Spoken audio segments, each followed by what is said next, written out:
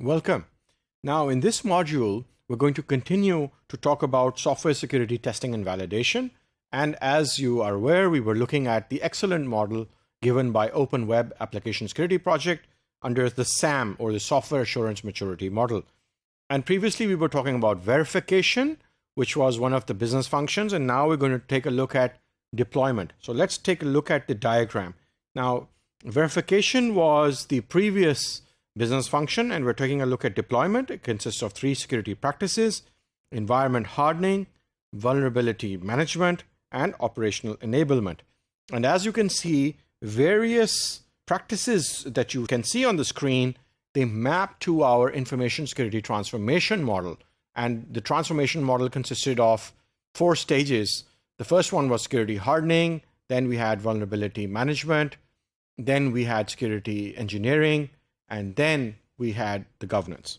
So the deployment phase consists of 3 security practices: environment hardening, vulnerability management, and operational enablement. Let's look at them in detail.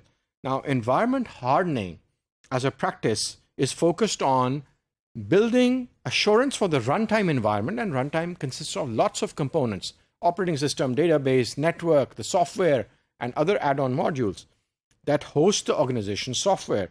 Since secure operation of an application can be deteriorated by problems in external components, not just in the software, but the components which are working with the software, hardening this underlying infrastructure directly improves the overall security posture of the software. Now, environment hardening practice consists of 3 objectives: understand baseline operational environment for applications and software components. And we have 2 activities: maintain operational environment specifications, identify and install critical security upgrades and patches. And then we have, as an objective, improve confidence in application operations by hardening the operating environment, establish routine patch management process, monitor baseline environment configuration status. And we see here the hardening and the patching is something that we have covered in information security transformation project. And then third objective, validate application health and status of operational environment against known best practices. So here the activities are identify and deploy relevant operations protection tools and expand the audit program for environment configuration.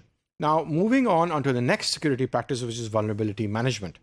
Now, we are focused on the processes within an organization with respect to handling vulnerability reports and operational incidents. By having these processes in place, an organization's projects will have expectations and increase efficiency for handling these events rather than chaotic and uninformed responses. So we're looking a little bit later down, when there are incidents, how are we going to handle them, and establishing a workflow. So if you look at the vulnerability management, here we have understand high-level plan for responding to vulnerability reports or incidents. By 2 activities: identify point of contact for security issues, create informal security response teams. And then the second objective is elaborate expectations for response process to improve consistency in communications. And the activities are establish consistent incident response process, very important, and adopt a security issue disclosure process. So as you can see, SAM really looks at the entire workflow, and it's addressing all of the respective issues, not just in the software, but in the incidents, in the vulnerabilities, in the governance, so everything related to the software and to the lifecycle. And then the third objective is improve analysis and data gathering within response process for feedback into proactive planning, conduct root cause analysis, and collect per incident metrics, which is a part of incident management. Moving on into the third security practice, which is operational enablement.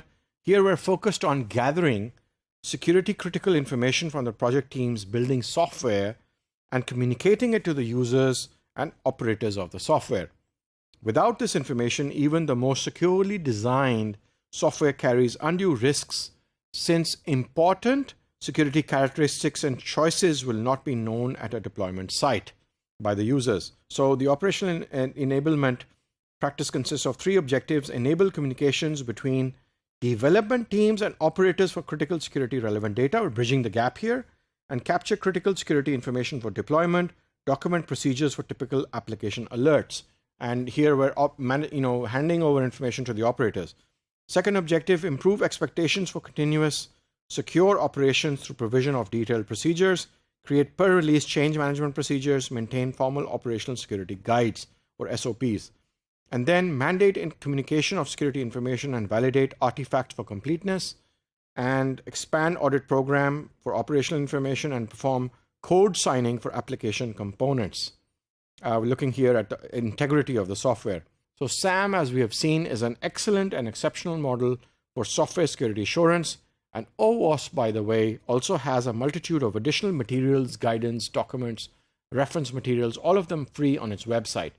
And with regards to the platform or software you're using, should definitely have a look. And there's lots of free test tools available there as well. That's all that we have for this module. Thank you.